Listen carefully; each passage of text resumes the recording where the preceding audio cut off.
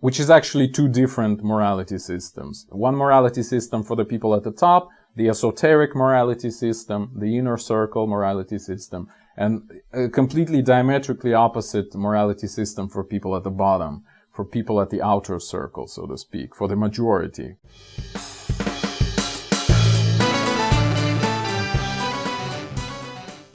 Greetings, this is Eugene the Philosopher, the greatest living philosopher after the unfortunate passing of Quentin Robert de Nameland, who has been the greatest living philosopher before me. In my videos I often talk about ideas, and also I often talk about hierarchies. But how are they connected, and are they actually connected? That's a good question. Well, let's examine it. So I would say that any idea, or at least, well, maybe not any, but most of ideas, can actually bring forth a hierarchy, like in the social dimension. Like if you project an idea onto society, a hierarchy would more or less naturally arise, right? However, most of hierarchies are actually glued together, like kept together, not by ideas themselves, but by morality, right? Because what is morality or morals or whatever? It's actually almost by definition, a way of keeping hierarchy together, right? So, a code of conduct, right? Morality, that is. So, let's say a person knows that if I behave in a certain way, I'll get to, like, I would be considered a good person, i.e., I would eventually get to the top of the hierarchy if I'm the best at this thing, right? For example. And vice versa, like people at the top think, well, if I keep behaving in a good way, I'll keep staying at the top of the hierarchy, right? So that's what morality is all about, like, initially, like, supposedly, let's say. But however, in reality, it's not that easy. It's not that simple, rather. So Nietzsche, for example, talks about two types of morality. You might have heard about that, namely the master morality and slave morality, right? And they are different. So master morality is the morality that the people at the top are adhering to, are following, and the slave morality is the one that is supposed to be followed by the people at the very bottom, right? The slaves, you know. And again, they are very different. So if slaves are supposed to, be like altruistic, work for the system, etc., etc., in various different emanations, in various different morality systems. Doesn't really matter in this case, like particular examples. People at the top, however, are like more self-centered, more egoistic, more like pragmatic, etc., etc. So they are like the purpose of the existence of the system in some sense, right? So slaves work for masters, not vice versa. So masters shouldn't be altruistic.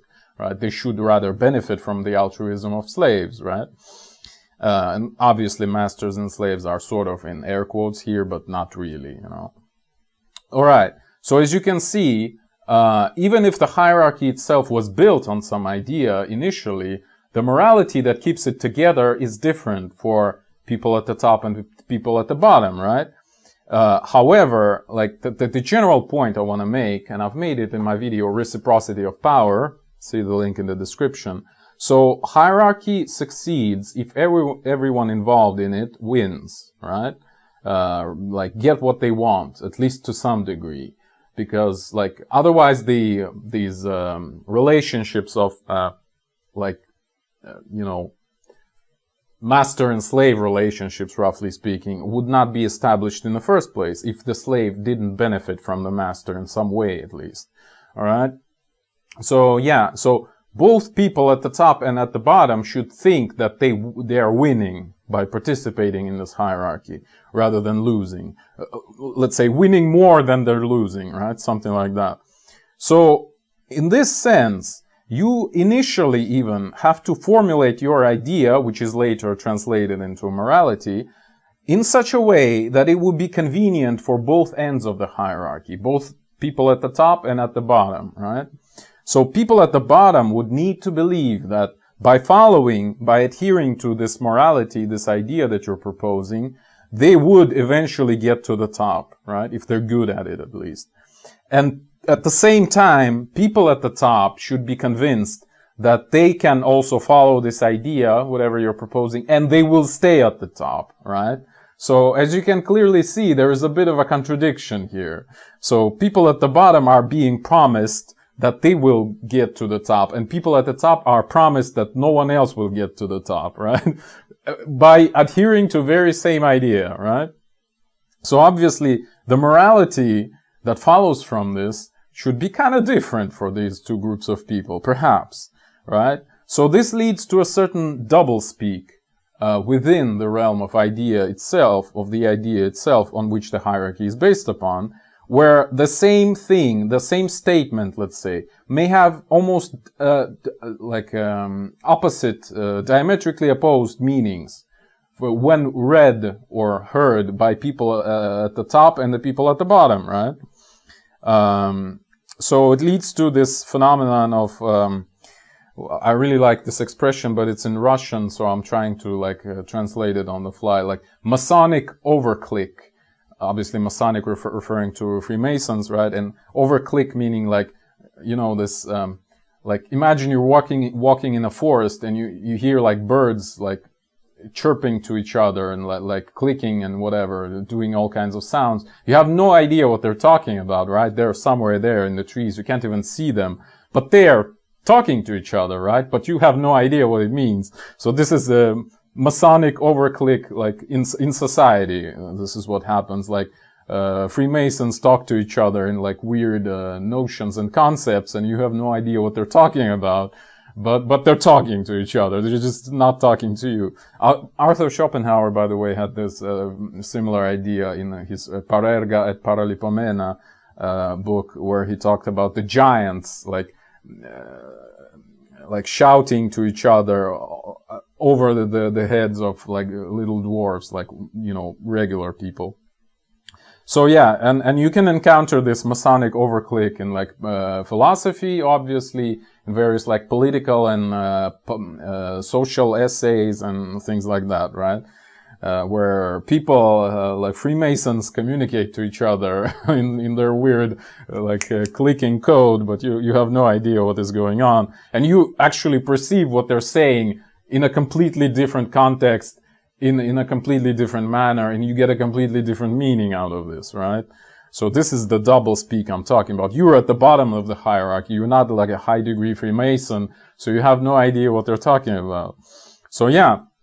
So this is why I call this video, I think I'm gonna call it something like the difference between esoteric and exoteric knowledge, right? The esoteric meaning the inner circle, and exoteric meaning, spreading outwards for other people, for regular people, for me and you, So yeah.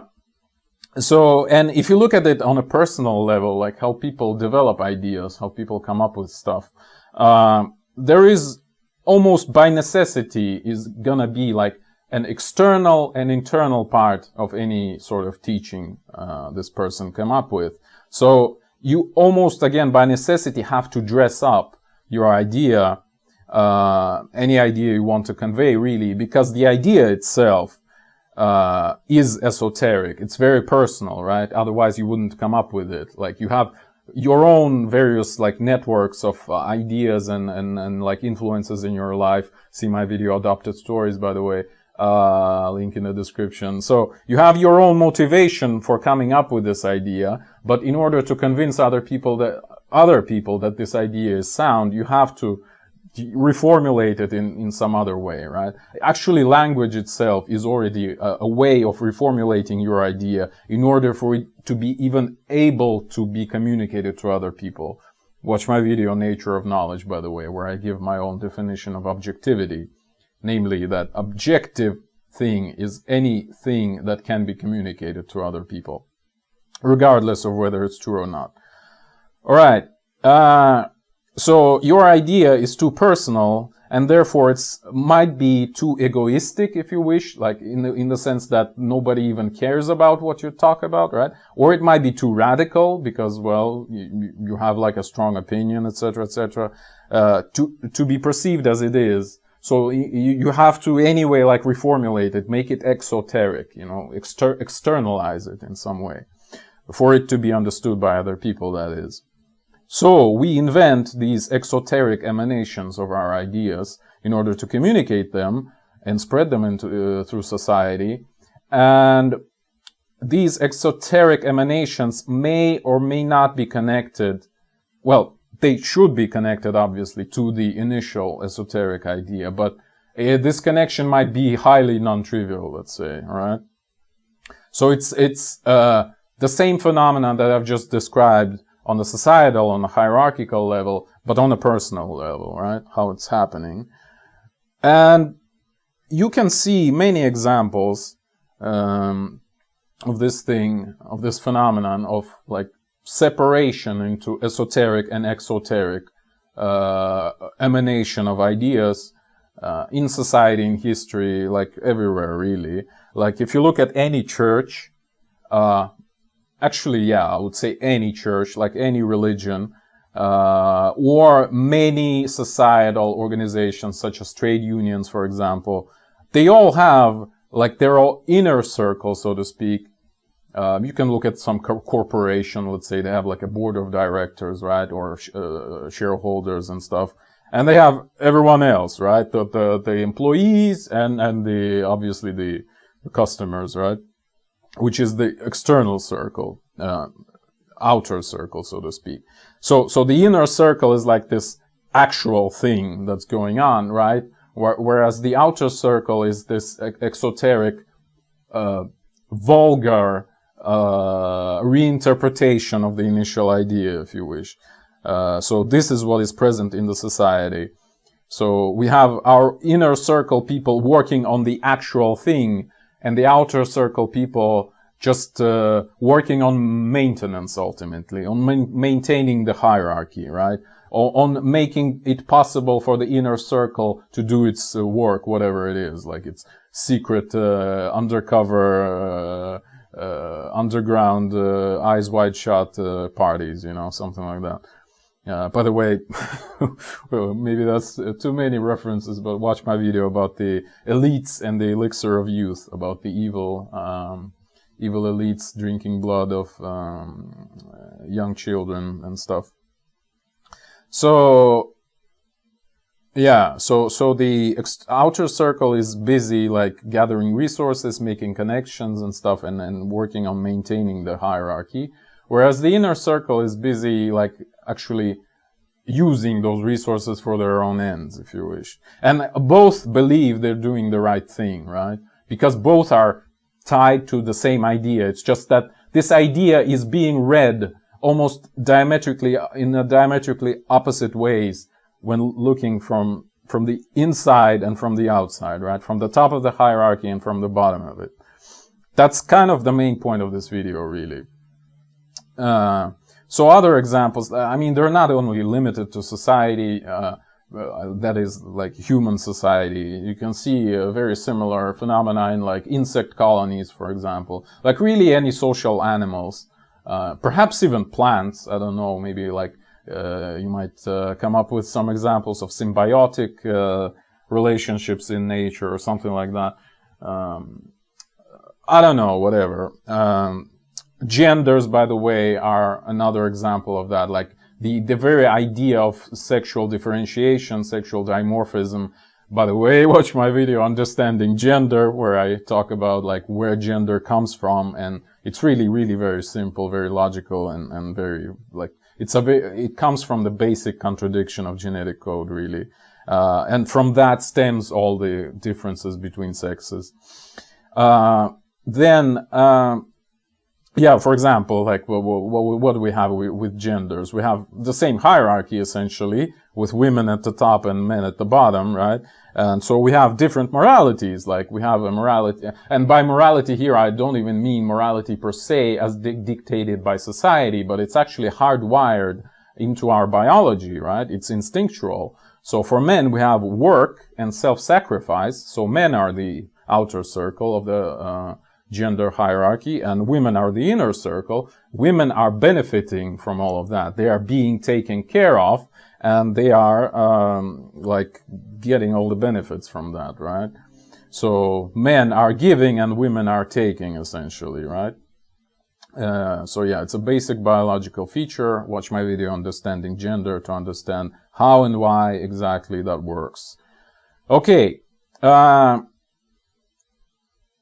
and these esoteric and exoteric manifestations of certain ideas may be different for individuals and groups, for example, all right? And also, the motivational part for them may be different. Like, for example, you might take the same idea, like Marxism, for example, and you might say, well, a person might be a Marxist because they are greedy, envious, and entitled, and those are perfectly good motivations to become a Marxist, all right? Like, well, why are these people rich and I'm not rich? I'm envious and I'm also greedy. I want to be rich. And I'm also entitled. I don't want to do anything but be rich just by not doing anything. Therefore, we must take these people's money and give it to me, you know. So that's a perfect motivation to become a Marxist on an individual level, from the bottom of the hierarchy of Marxists, so to speak. But at the top of the hierarchy of Marxists, you find, let's say, people like, you know, British Crown, you know, British intelligence.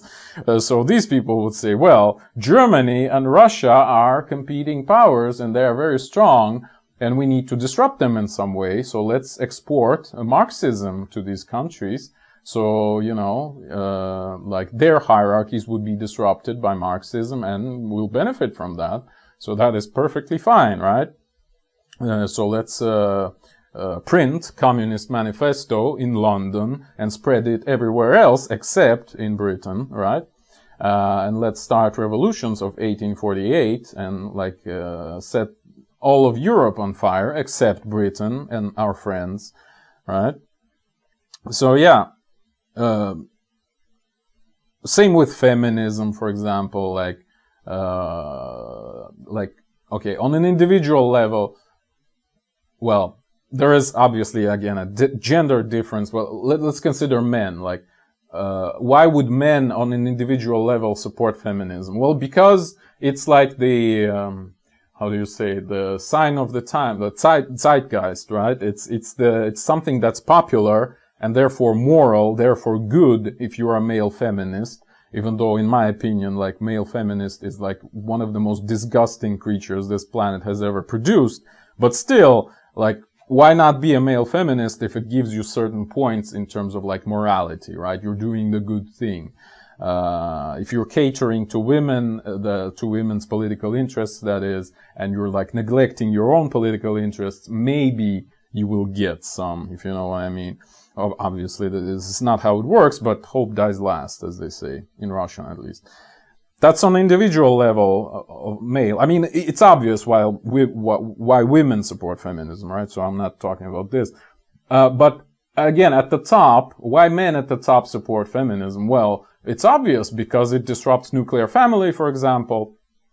So why is it good? Well, because people at the top stay at the top, because only like strong nuclear family can actually like gather enough resources and like stabilize the society enough that it would be able to, let's say, kick the bad people, you know, from the top. And when your society doesn't have such strong cells like nuclear families, like your society cannot fight the oppressive government, let's say. It's too atomized, right? It's already individualistic. It's not even family-centered, right? So that's why people in power are interested in feminism and spreading it. So you get the picture where everyone is benefiting, or at least hope to benefit from it.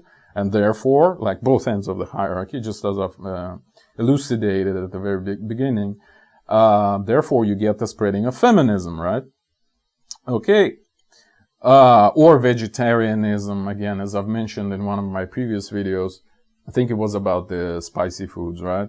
Where on an individual level, you might be motivated by all these, moralistic concerns about living beings, etc., etc. Whereas at the level of the cream of the crop, so to speak, at the level of the elites, you are interested that your population wouldn't riot if they are forced to eat only vegetables because you want to wage war. And during war, you'd have to introduce rationing, and there would be certainly lack of meat on the shelves or whatever else you have there in your biotanks or whatever. So you have to actually introduce vegetarianism and promote it so that people would be prepared, you know, for your rationing during your war or famine or whatever else that is coming, thanks to your wise governance, you know. Even capitalism, you might argue, has the same trait. Like, people at the bottom hope that if they work hard enough, they would get at the top eventually. I mean, obviously this is possible, but maybe not in the way you think it is, right? So you have to be a little bit smarter than just work super hard on a job that pays nothing, you know, something like that. Like, while people at the top are also interested in it because, well, they're benefiting from it anyway, right?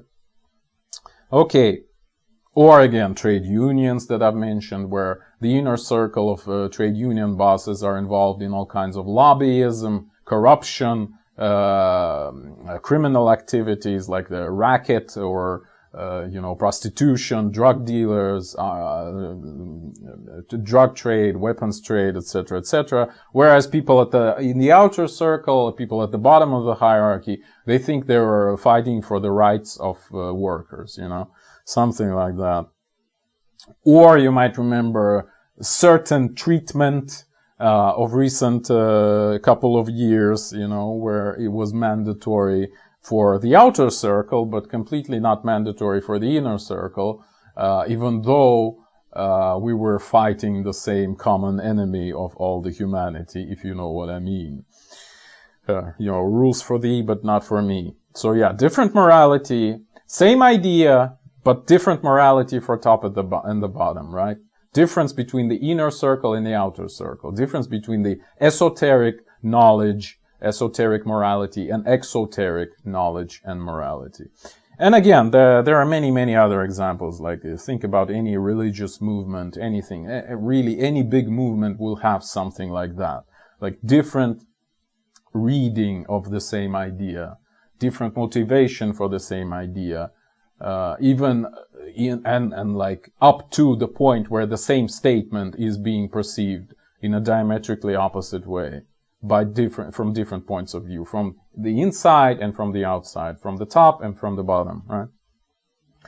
And I was thinking, by the way, what about science? Like, I talk about science a lot on my channel, so what about it? Like, does it have an esoteric and exoteric emanation? And I think it does, but in a pretty boring way, actually. Like, esoteric inner circle of science is academia, basically, right? It's all this masonic overclick in scientific journals and in conferences, right? Whereas exoteric emanation of science is like what the public sees. And what the public sees is like what cool rockets, you know, pictures of I don't know, Saturn and faraway galaxies, and like their cell phones or whatever, and lasers and like all the industrial and engineering type of stuff, right? So that's what the public sees, and this is more or less the exoteric emanation of science. So the public thinks, well, okay, we have all these cool things that have been developed in the recent, like, I don't know, 100 years or 200 years. And therefore, in order to have more of that, we need to support the scientists, right? And therefore they pay for the academia and stuff. While the academia has a completely different agenda, they're just studying, researching whatever they wish, right? So there you go. You have the outer circle of like the general public gathering resources and giving them to the scientists, and the inner circle of academia and scientists, like professional scientists, who just do whatever they want by utilizing the resources gathered from the outside by the outer circle. So there you go. Okay, so this is probably all. I still have like one brief thing I would mention, but let us conclude first. So what I talked about in this video is how an idea brings forth a hierarchy, but yet in order for the hierarchy to sustain itself, it needs to satisfy both the people at the top and the people at the bottom, right? And therefore, you need a set of morality that would satisfy both, which is actually two different morality systems. One morality system for the people at the top, the esoteric morality system, the inner circle morality system, and a completely diametrically opposite morality system for people at the bottom, for people at the outer circle, so to speak, for the majority of the people involved in a hierarchy. And this is really the main point of this video, where the same idea brings forth different views, or rather, people may be brought into the same hierarchy, which appeared from the same idea, but they do it with a very different motivation.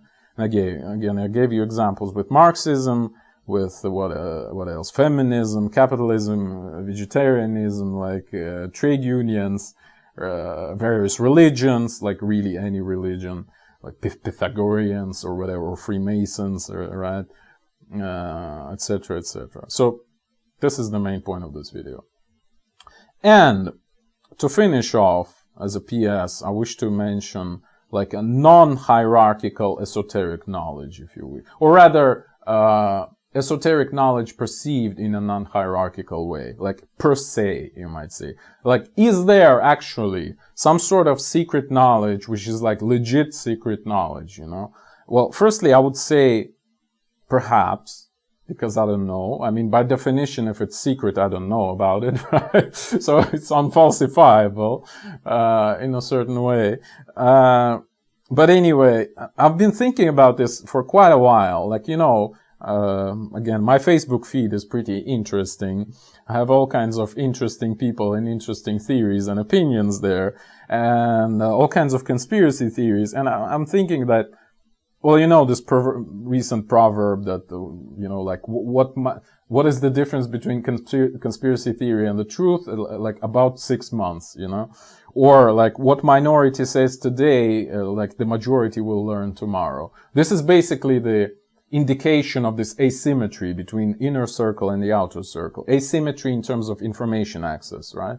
The inner circle already possesses the information. The outer circle may never possess it, or would possess it in, like, with some delay, perhaps very big. Same happens on the financial markets, by the way, right? You may have some inside information that, oh, there's gonna be a big deal with this company and their stocks would like fall off really quickly. So therefore you play a short, right? You sell them at this moment if you have this information. Whereas most of the players on the market would only receive this information about this deal after it happened, and they will lose money because of that, right? And you will gain money. So yeah, it's kind of a big thing. So yeah, so I was thinking about this asymmetry, and like there is a big question which is still like unsolved for me. Like, how do you distinguish, rather roughly speaking, like a psycho with like idiotic ideas and like a legit guy who has secret knowledge, who possesses something like that? And I don't know the answer to this question. Like, how do you distinguish between them? Like, ultimately, again, it's the question of what is truth, right? In my opinion, that is, truth does not exist. Again, watch my video, Nature of Knowledge. However, so we may reformulate the question of truth in such a way that it would be a question of which knowledge would give you more power. And in this sense, it's like truth exists, right? Truth is what gives you more power. And so would knowledge of this, schizophrenic dude from Facebook actually increase your power? Or would you actually like get derailed by it yourself, right? Just as this guy is. I don't know. Like, it's a very tough question, and like, you almost have to mobilize all the intuition, all your knowledge, erudition, your aesthetic tastes, your whatever, to solve this question, right? It's ultimately the question of who are you siding with. It's like very existential, if you wish, very, very destiny, like defining question, something like that. I don't know. So yeah, this is just a comment on this. Yeah, I wanted to talk about alchemy for like half a minute, but whatever. We'll talk about it some other time. I've talked about it in my chat with Jim Wenninger, by the way, so go ahead and watch it, or listen to it rather, because there's no images there anyway, so I'm gonna link it in the description too. Alright, thank you for watching. The eons are closing.